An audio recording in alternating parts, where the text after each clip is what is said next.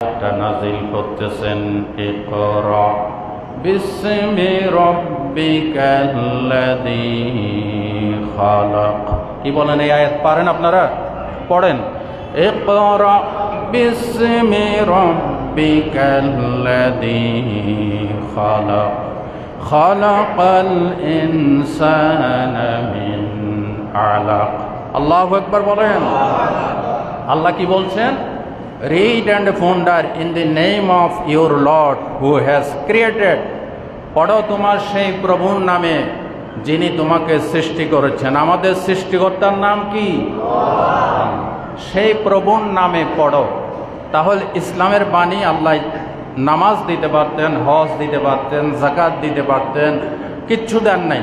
বলেছেন ইকরা, read and read, পড়ো এবং পড়ো, আল্লাহর বাণী পড়ো। সে আল্লাহর বাণী হচ্ছে আল কোরআন। আল্লাহর বাণীর কি? শুধু কোরআনকে কালামুল্লাহ বলা হয়। কোরআনের পূর্বে তাওরাত, জবুর, ইনজিল কোনোটাকে কালামুল্লাহ বলা হয় না, কিতাব বলা হয়।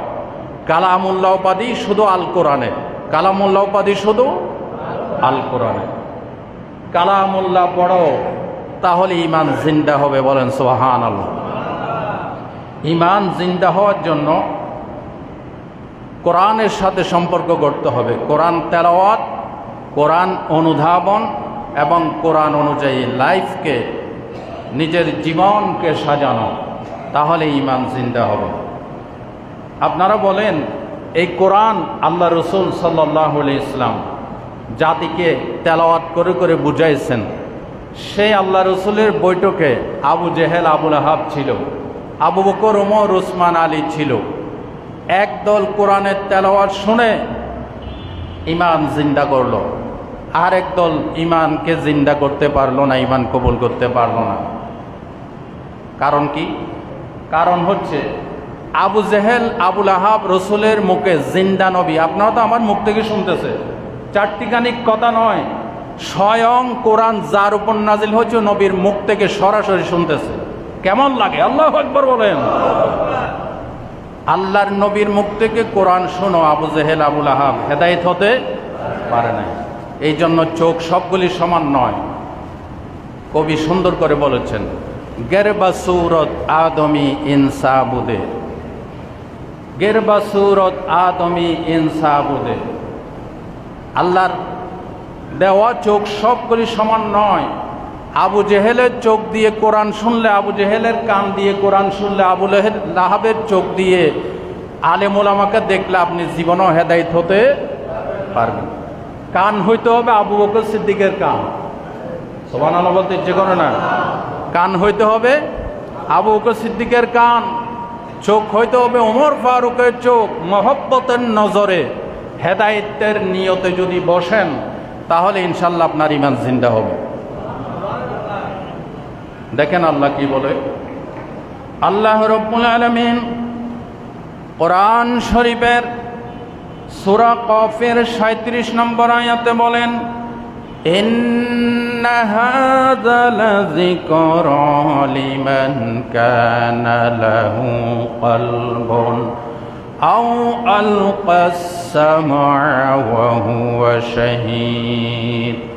আল্লাহ তাআলা বলেন, নিশ্চয়ই এই বাণী ওই ব্যক্তির জন্য উপদেশ হবে, ইমানের কারণ হবে, যে ব্যক্তি আলকাস সামআ ওয়া হুয়া শাহীদ, যে ব্যক্তি নিবিষ্ট মনে কোরআন শুনবে এবং যার একটা শোনার মতো কলব আছে, কান আছে, ওই ব্যক্তিকে হেদায়েত করবে।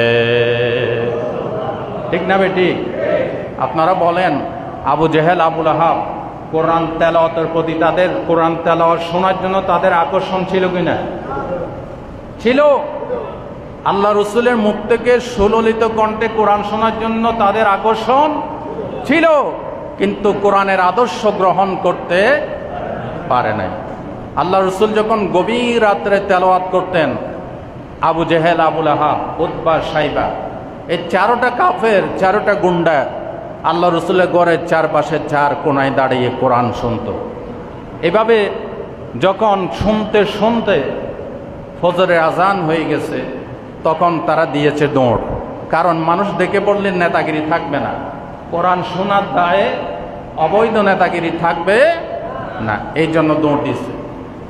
প্রথম দিন কেউ কাউকে দেখে নেয়, দ্বিতীয় দিন একজনে আরেকজনের গায়ের সাথে ধাক্কা লাগছে অন্ধকারে দৌড় দিতে গিয়ে। এ বলতেছে তুমি কে? আমি আবু জেহেল। তুমি কে? আমি আবু সুফিয়ান। তুমি কে? উতবা সাইবা মুগীরা। আরে এখানে কোরআন শুনতে আসছো কেন? বলে যে তুমি নেতা, তুমি আগে জবাব দাও। মোহাম্মদের মুখে আল্লাহর কোরআন শুনতে বেশি ভালো লাগে, তবে খবরদার মানুষ যাতে জানতে না পারে। এবং আগামীকাল এখানে কেউ আসবে না। আবু জেহেল সর্দার নেতা, তিনি নিষেধ করে দিয়েছেন।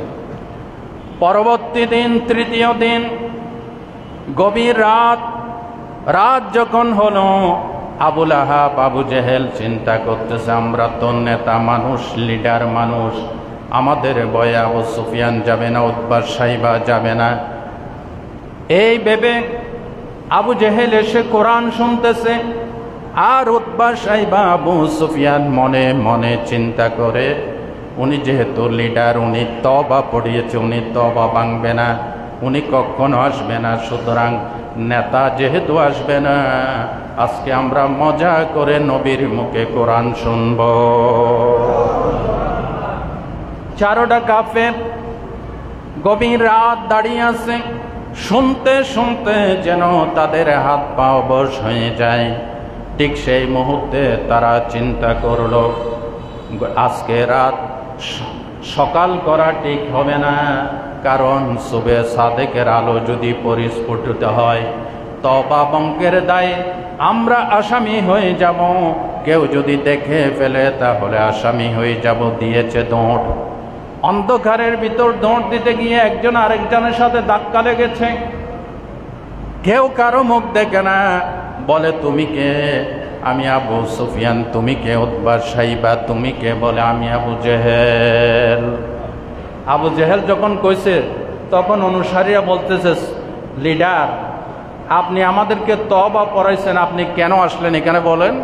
তো লিডার বলতেছে তোমাদেরকে না আমি তওবা পড়িয়েছি, তোমরা কেন আসলে জবাব দাও।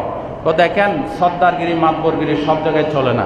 আপনি নিজে তওবা পড়াইছেন মোহাম্মদের মুখে, আর কোরআন শুনবেন না, আপনি কেন ওয়াদা ভাঙলেন? আপনি জবাব দেন, ঠিক না বেটি? এইবার আবু জেহেল দেখতেছে এইভাবে তওবা পড়িয়ে কোরআন থেকে, ইসলামী আন্দোলন থেকে দূরে সরানো যাবে। একটা আইন করতে হবে, আইন একটা পাশ করতে হবে দারুন নদওয়া তাদের সংসদ ভবনে। কি আইন পাশ করছিল? 2 নম্বর পয়েন্টে এটা আসবে, আমি এই জন্য এখন শোনাচ্ছি না। তাহলে কি বলতেছি, তাদের কোরআন শোনার আকর্ষণ ছিল, কিন্তু কোরআনের আদর্শ তারা মানতে পারে না। ভাই ও বন্ধুগণ, কোরআন তেলাওয়াত, কোরআন অনুধাবন, কোরআন আমল করলে পরে ঈমান জিন্দা হবে। আল্লাহ রাব্বুল আলামিন সূরাতুল আনফালের 2 নম্বর আয়াতে কি বলছেন? আল্লাহ তাআলা বলেন, ইন্নামাল মুমিনুনা আল্লাযীনা ইযা যুকিরাল্লাহু ওয়াজিলাত কুলুবুহুম ওয়া ইযা তুলিয়াত আলাইহিম আয়াতুহু যাদাতুহুম ঈমানা। আল্লাহু আকবার। ওয়া ইযা কুরিয়াল কুরআন, আল্লাহ তাআলা বলেন ইন্নামাল মুমিনুনা আল্লাযীনা ইযা যুকিরাল্লাহ, ঈমানদার বান্দা যার কলবে ঈমান আছে, সে যখন আল্লাহর নাম শুনে, ওয়াজিলাত কুলুবুহুম, তার অন্তরাত্মা ভয়ে তত্তর করে কেঁপে ওঠে। দেখেন, খুব কান মন লাগে শুনবেন। খাউফুন শব্দের অর্থ ভয়, আরবিতে খাউফুন অর্থ কি? ভয়। আর অজিলাত, জিম ওয়াউলাম, এটার অর্থ হচ্ছে ভয়, তবে দুই বইয়ের ভিতর পার্থক্য আছে। আল্লাহ এখানে খাউফুন শব্দ ব্যবহার না করে অজিলাত শব্দ ব্যবহার করেছেন। হিংস্র জন্তু জানোয়ার, বাঘ, সিংহ, এদেরকে দেখলে ভয় লাগে নাকি লাগে না? লাগে। এই ভয় এক জিনিস। আর উস্তাদকে দেখেছেন, বড় আলেমকে দেখেছেন, তার প্রতি শ্রদ্ধাবোধ থেকে একটা ভয় জাগ্রত হয়। কথা বলে না? এই দুই ভয় কি এক জিনিস? এক জিনিস না। আল্লাহর নাম শুনলে ইমানদারের কলবে ভয় জাগ্রত হয়। এটা হিংস্র জন্তু জানোয়ারের ভয় নয়, এটা মহব্বতের ভয়। ঠিক না বেঠি? মুফাসসিরিন ইকরাম লিখেছেন, ইমানদারের কলবে মহব্বতের ভয় জাগ্রত হয় আল্লাহর নাম শুনলে, অন্তরাত্মা তত্তর করে কাঁপতে থাকে। আর কি? ওয়াইজা তুলিয়াত আলাইহিম আয়াতুহু যাদাতুহুম ঈমানা। আর তার সামনে যখন আল্লাহর কোরআন তেলাওয়াত করা হয়, যাদাতুহুম ঈমানা, তাদের ঈমান বেড়ে যায়। কারণ এখন সম্পর্ক হচ্ছে পাওয়ার হাউসের সাথে। পাওয়ার হাউস কি? সবাই বলে না পাওয়ার হাউস কি? এখন ডাইরেক্ট সম্পর্ক কিসের সাথে? কোরআনের সাথে। ডাইরেক্ট পাওয়ার হাউসের সাথে যখন সম্পর্ক জুড়ে দিয়েছে, যাদাতহুম ঈমানা, আল্লাহ বলেন ঈমান আগের চাইতে বহুগুণ বেড়ে যায়। ওয়া আলা রাব্বিহিম ইয়াতাওয়াক্কালুন। আর ইমানদারের আরেকটি কোয়ালিটি হচ্ছে, ইমানদার সর্ব অবস্থায় ভরসা করে কার উপর? আল্লাহর উপর। এই জন্য আমার আজকের আলোচ্য বিষয় সেটা হচ্ছে ঈমান মজবুত হওয়ার আমল। 1 নম্বর কোরআনের সাথে সম্পর্ক। 1 নম্বর কি? কোরআনের সাথে সম্পর্ক। ভাই ও বন্ধুগণ, আল্লাহর নবী বলেন, কোরআনের সাথে যারা সম্পর্ক জুড়ে দিবে, কোরআনের সাথে সম্পর্ক গড়বে, কিয়ামতের দিন এই কোরআন নিজে সুপারিশ করে ঈমানদারদেরকে জান্নাতে নিয়ে যাবে। সহিহ ইবনে হিব্বানের হাদিস, সহিহ আত-তারগীব ওয়াত তারহিবের হাদিস। হযরত জাবের হাদিসটা বর্ণনা করেছেন। আল্লাহর নবী বলেছেন, মান জাআলাহু আমামাহু কাদাহু ইলাল জান্নাহ ওয়া মান জাআলাহু খালফাহু সাকাহু ইলান নার। যে ব্যক্তি কোরআনকে, কোরআন বুঝা আমল করা, কোরআনের আন্দোলনকে নিজের জীবনের একমাত্র উদ্দেশ্য হিসেবে গ্রহণ করবে, কোরআনকে সামনে রাখবে। কোরআন কি পিছনে থাকবে না সামনে থাকবে? তার মানে কোরআনের পারা একটা এনে পিছনের দিকে থেকে সামনে রাখলেন, এটা বোঝানো হয় না। কোরআন বুঝা আমল করা, কোরআন অনুযায়ী ব্যক্তি, পরিবার, সমাজ, রাষ্ট্র গঠন করার কাজে এই এজেন্ডাকে সামনে রাখবে। কোথায় রাখবে? সামনে। কাদাহু ইলাল জান্নাহ। স্বয়ং রাসূলুল্লাহ বলছেন, কোরআন নিজে নেতৃত্ব দিয়ে এই ব্যক্তিকে জান্নাতে নিয়ে যাবে। আল্লাহর নবী মিথ্যা কথা বলেছেন? এই কথা কোনোদিন মিথ্যা হবে? আর যে ব্যক্তি কোরআনকে পিছনে রাখবে, ওমান জাআলাহু খালফাহু, যে ব্যক্তি কোরআন বুঝা আমল করা, মেনে চলা, কোরআনের আন্দোলন, কোরআনের প্রচেষ্টাকে পিছনে রাখবে, রাসূলুল্লাহ বলছেন সাকাহু ইলান নার, কোরআন নিজেই ঠেলে, পিছন দিক থেকে ঠেলে তাকে জাহান্নামে নিক্ষিপ্ত করবে। আরো জোরে বলেন নাউজুবিল্লাহ। তা আমাদের সম্পর্ক কিসের সাথে হওয়া উচিত? যে সিলেবাসে, যে থিওরিতে, যে আন্দোলনে কোরআন নাই, তাদের সাথে আমাদের কোন সম্পর্ক থাকতে বলেন পারে? পারে? আপনারা মুসলমানের মতো জবাব দিবেন। আমি তো মুসলমানের সামনে কথা বলছি। তাদের সাথে সম্পর্ক থাকতে পারে? পারে না। দেখেন, হযরত ওমর ছিলেন জিরো। কি ছিলেন? জিরো। কোরআনের বিরোধিতা করতে করতে করতে করতে স্বয়ং রসুলকে কাটতে গিয়েছে রাঙ্গা দরবারে নিয়ে।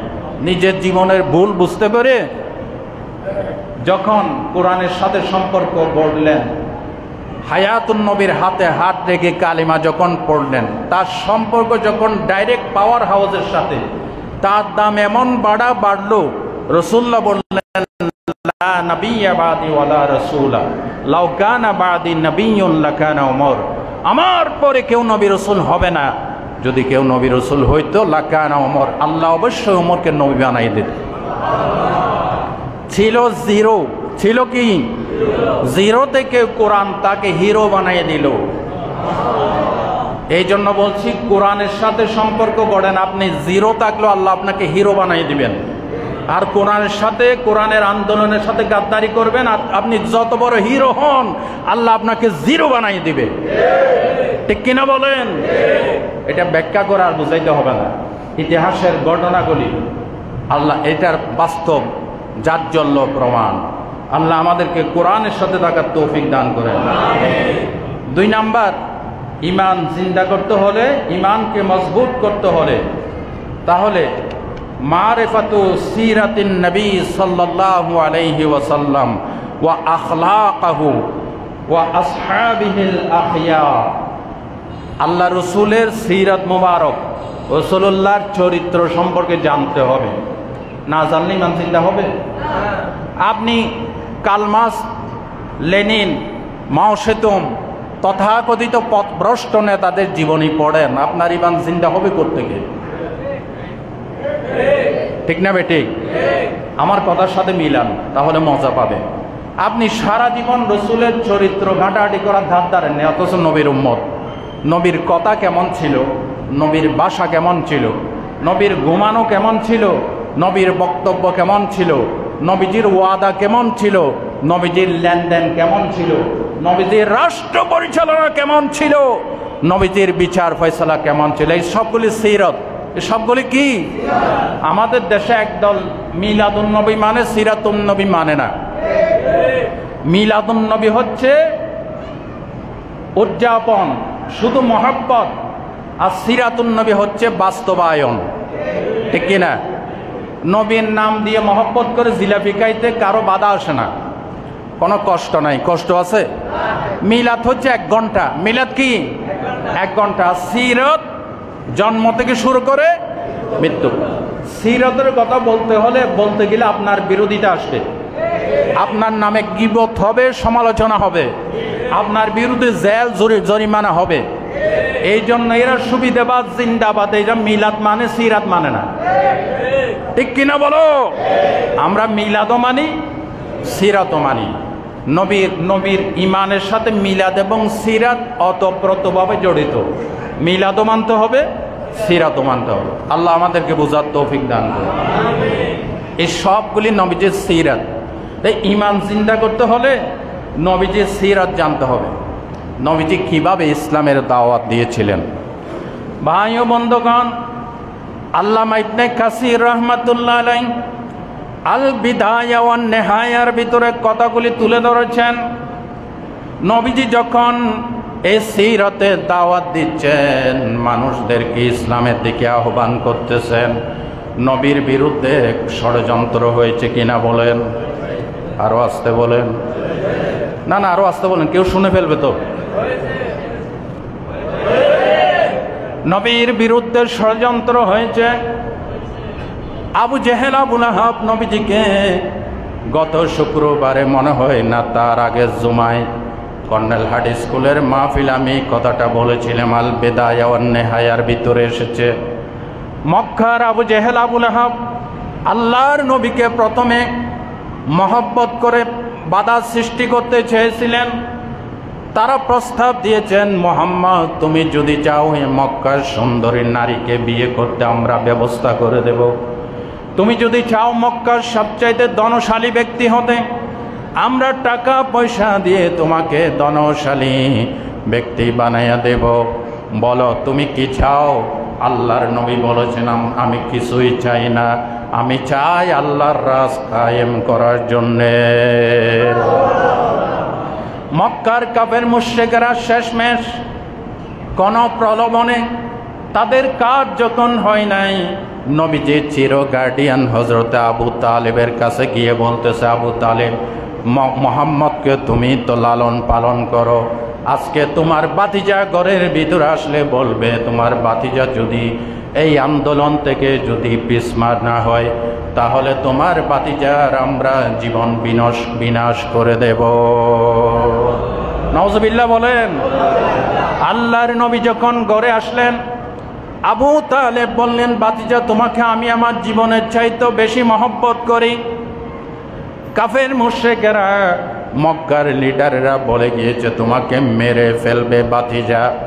এবার আবু তালেবের কথাই আল্লাহর নবী ভয়ে তত্তর করে কাঁপতেছিল। জোরে বলেন। দেখেন, আমি কয়েক জমা আগে বলেছি, নবীরা কখনো কাপুরুষ হয় না। হক্কানি আলেম উলামা কখনো কাপুরুষ হয় না। কাপুরুষ মরে জীবনে বারবার, ইমানদার মরে। আপনারা দেখেন নাই গতকালকের তাজা ঘটনা, গাজীপুরের একজন স্বনামধন্য আলেমে দ্বীন মাওলানা মুহিবুল্লাহ মিয়াজি আজ থেকে 5 বছর আগে ইসকনের বিরুদ্ধে কথা বলার কারণে ইসকনের সন্ত্রাসী সংগঠনের সন্ত্রাসীরা তাকে গুম করে নিয়ে ইন্ডিয়ায় নিয়ে যাবে, তাদের দাদাবাবুদের দেশে। চতুর্দিকে যখন খবর হয়ে গেল, এই গুন্ডাগুলি এই হজরতকে বেহুশ অবস্থায়, হাত পায়ে শিকল পরা অবস্থায় পঞ্চগড়ের সীমান্তবর্তী এরিয়ায় তাকে ফেলে চলে যায়। এই কথাটা আমি বানাই নিয়ে আসছি।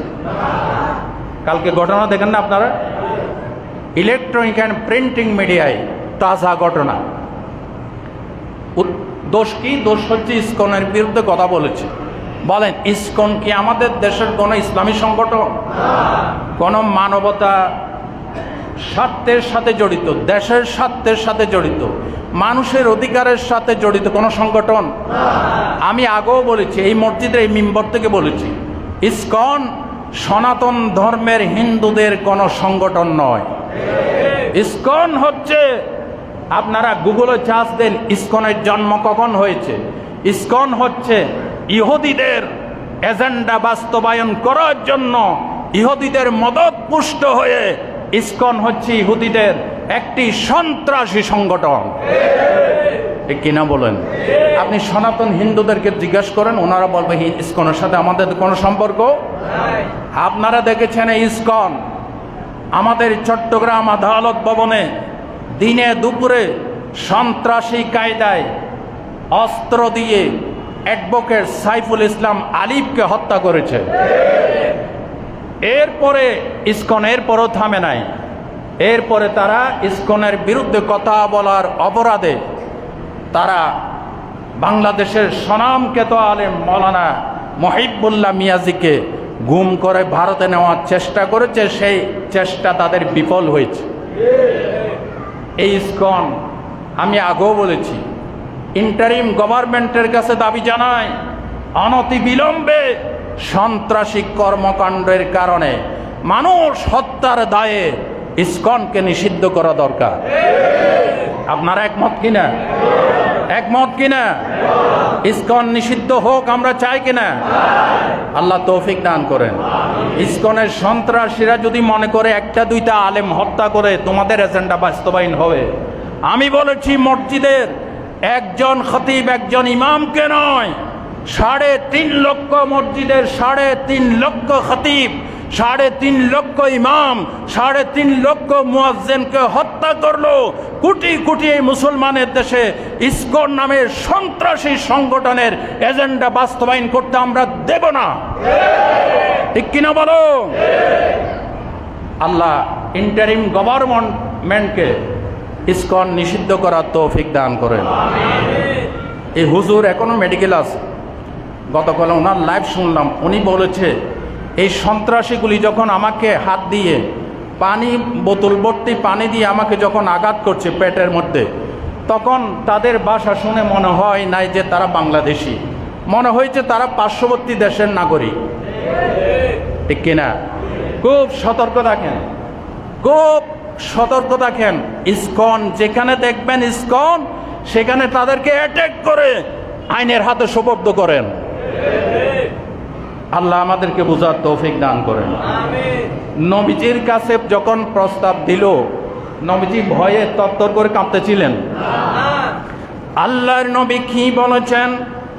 আল বিদায়া ওয়ান নিহায়ার ভিতরে এসেছে, আল্লাহর নবী বলেছেন, ইয়া আম্মি লাউ ওয়াদাউশ শামসা ফি ইয়ামিনি ওয়াল কামারা ফি ইয়াসারি আলা আন আতরুকা হাত্তা হাযাল মা তারাকতুহু। হে আমার চাচা, তারা যে প্রস্তাব দিয়েছে আমাকে মেরে ফেলবে, এটা তো সাধারণ প্রস্তাব।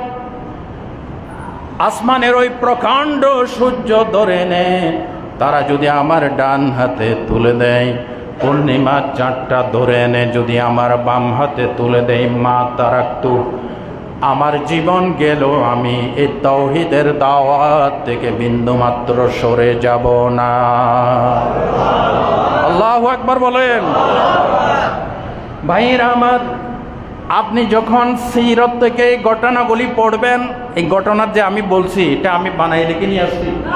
সিরাত ইবনে হিশাম, আল বিদায়া ওয়ান নিহায়া এবং হাদিস সহিহ আল বুখারী সহ এই সবগুলি গ্রন্থের ভিতরে এই ঘটনা এসেছে। আপনি যখন এগুলি পড়বেন, নবীজির এই ত্যাগ তিতিক্ষার সিরতের ঘটনা, আপনার ইমান চিন্তা হবে নাকি মরে যাবে? ইমান দুর্বল হবে নাকি সবল হবে?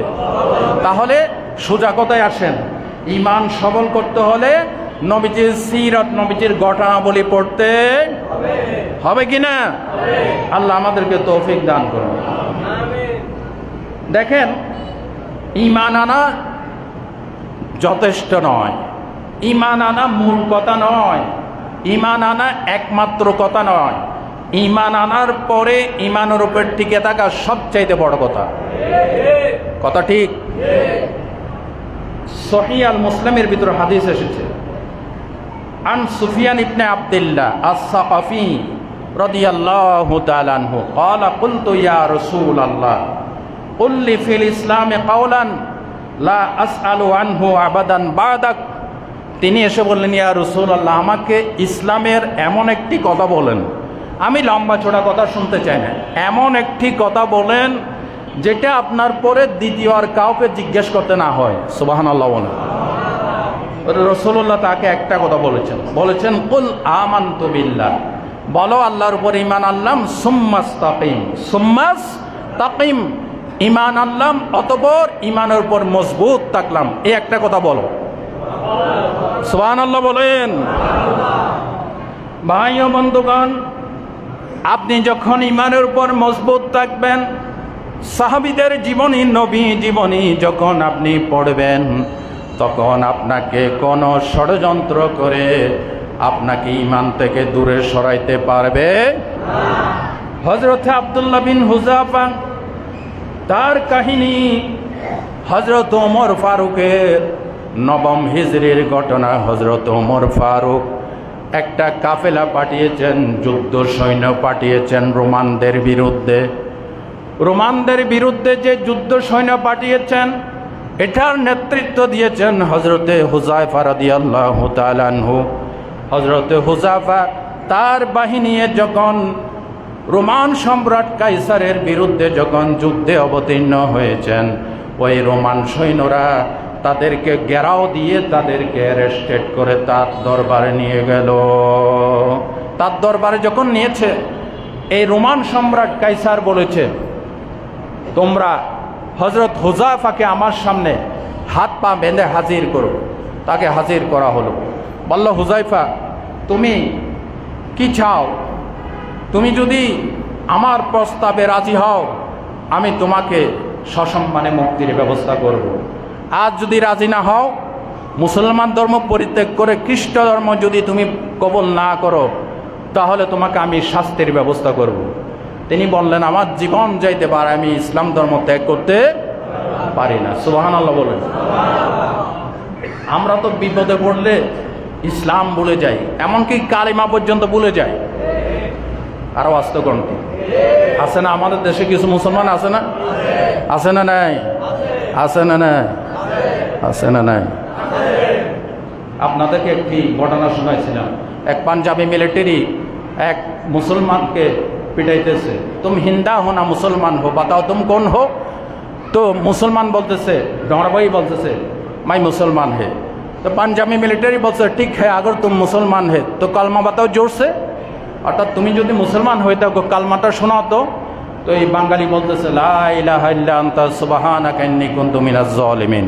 পাঞ্জাবি বলতেছে, ये बंगाली ना जंगली है, मैं तुमको कलमा बताने ही कहता हुआ रे बंगाली, ये तो कलमा नहीं, ये तो मुसीबत की दुआ है। আমি তোমারে কালমা বলার কথা বলতেছি, তুমি যে ওই দোয়া পড়তেছো, যে দোয়া লোকরা বিপদে পড়লে পড়ে।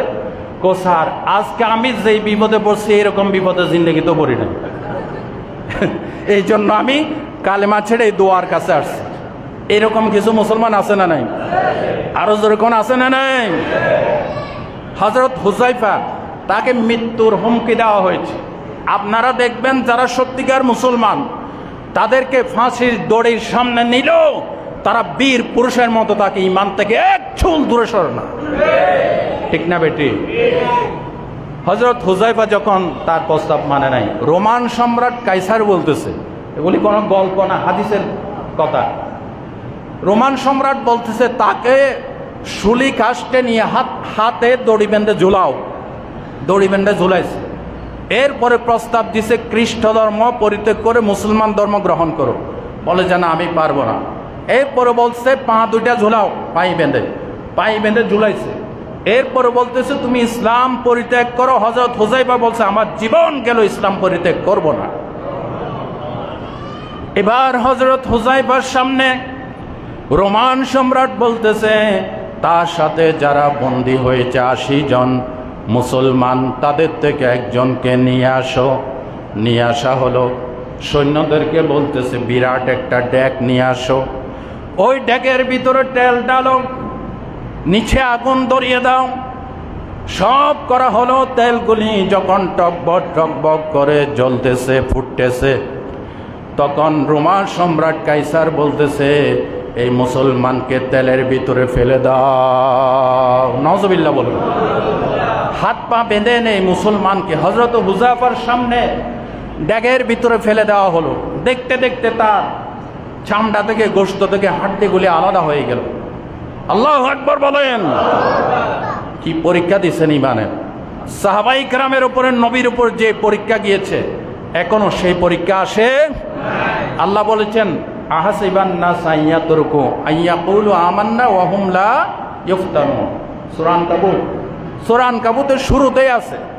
আল্লাহ বলেছেন তোমরা কি মনে করো আমান্না বিল্লাহ, আল্লাহর উপর ঈমান এনেছে, এটা বললেই মুক্তি দিয়ে দেব? না। অতীতে নবীদেরকে, সাহাবীদেরকে যে পরীক্ষা দিয়েছি, এই পরীক্ষা দিতে হবে। কে বলেছেন?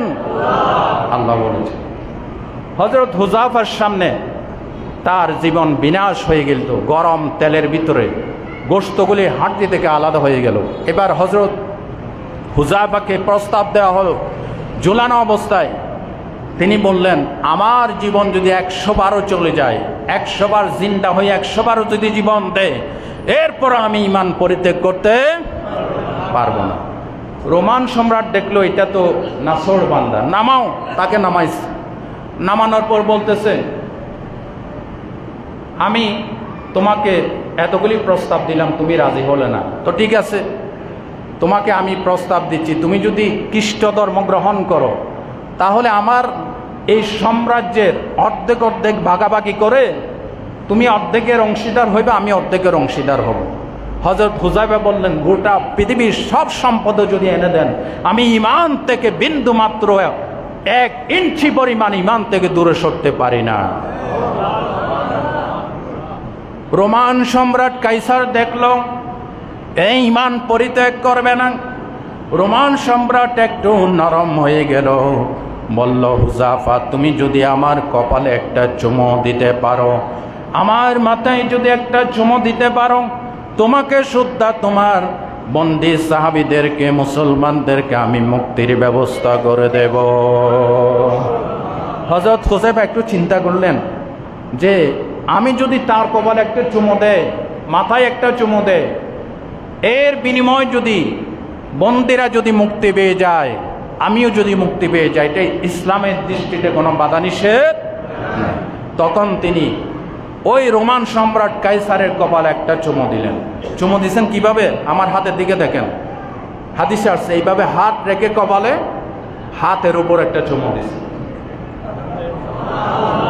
তার মানে চুমোটা কপালে লাগে নাই, এইভাবে কপালে হাত রেখে, রোমান সম্রাটের কপালে হাত রেখে হাতের উপর একটা চুমো দিয়েছে।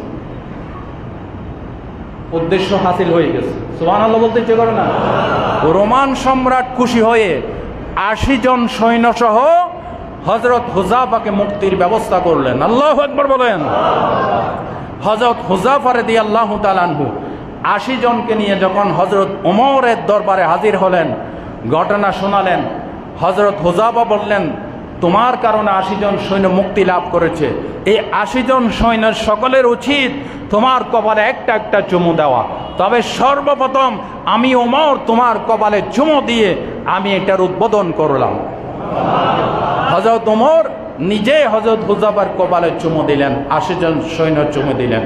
আমি যেটা বুঝাইতেছিলাম আপনাদেরকে, ঈমান মজবুত হওয়ার আমল, ঈমান মজবুত করতে হলে সাহাবায়ে কেরামের জীবনী, নবী জীবনী পড়তে হবে নাকি হবে না?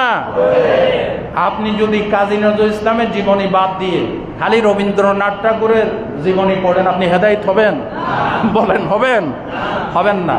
সুতরাং আপনি নবী জীবনী, এক সময় সেই স্বৈরাচারী আমলে আমাদের প্রাইমারি সিলেবাস থেকে, উচ্চ লেভেলের সিলেবাস থেকে এই নবী জীবনী এবং সাহাবায়ে কেরামের জীবনী বাদ দিয়ে তার তথাকথিত তাদের আব্বা তাদের দাদা বাবুদের সিলেবাস ঢুকানো হয়েছিল। ঠিক কিনা বলো? আজকের এই ক্যামেরার মাধ্যমে যারা আজকে শুনছেন এবং যারা বিদেশ থেকে দেশ থেকে লাইভের মাধ্যমে শুনবেন, সকলের মাধ্যমে আমি ইন্টারিম গভর্নমেন্টের কাছে দাবি জানাই, বর্তমান যে শিক্ষা সিলেবাস তৈরি হচ্ছে, কি বলেন প্রিন্সিপাল হুজুর? মাশাআল্লাহ, ঠিক আছে। যে সিলেবাস তৈরি হচ্ছে এখানে নবী জীবনী যোগ করা দরকার আছে? এত আসতে বললেন? সাহাবায়ে কেরামের জীবনী, আউলিয়া কেরামের জীবনী দরকার আছে না নাই? এই জন্য সসম্মানে বিনয়তার সাথে আবেদন জানাবো, নতুন যে শিক্ষা সিলেবাস তৈরি হচ্ছে এটাতে নবী জীবনী, সাহাবায়ে কেরামের জীবনী, খাজা মঈনুদ্দিন চিশতি রাহমাতুল্লাহর জীবনী, আউলিয়া কেরামের জীবনী সবগুলি এক করে আপনারা পড়ার ব্যবস্থা করেন। ইনশাআল্লাহ এই দেশে আর কখনো নাস্তিক তৈরি হবে না। ঈমান জিন্দা হবে কেমনে? ঈমানদার যাতে পয়দা না হয় সেই পথই তো বন্ধ করে দেওয়া হয়েছিল। ঠিক কিনা বলেন?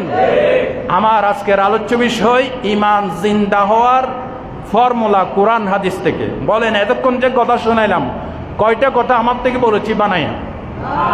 বলেছি? সবগুলি কোরআন এবং হাদিস। আল্লাহ আমাদেরকে বুঝার তৌফিক দান করেন। এই বিষয়ে মাত্র 2টা পয়েন্ট বলেছি। কয়টা পয়েন্ট বলেছি? আরো কয়েকটি পয়েন্ট বাকি রয়ে গিয়েছে, সময় শেষ। এই জন্য বাকি পয়েন্টগুলি আমি আগামী জুমাতে আপনাদেরকে শোনাবো মাশাআল্লাহ। আপনাদের ইনশাআল্লাহ শুনে মনে হয়েছে আপনাদের শোনার আগ্রহ আছে। আপনারা শুনতে রাজি? ইনশাআল্লাহ। আল্লাহ আমাদের সকলকে আগামী জুমাতে আসার তৌফিক দান করুন। মৃত্যুর কথা তো বলা যায় না। এই আগামী জুমার আগে যদি আমি মারা যাই, দোয়া করবেন তো ইনশাআল্লাহ? কি দোয়া করবেন? এক একজন এক একটা বলতেছে। কেউ বলতেছে হায়াতের কথা, কেউ এক একটা বলতেছে।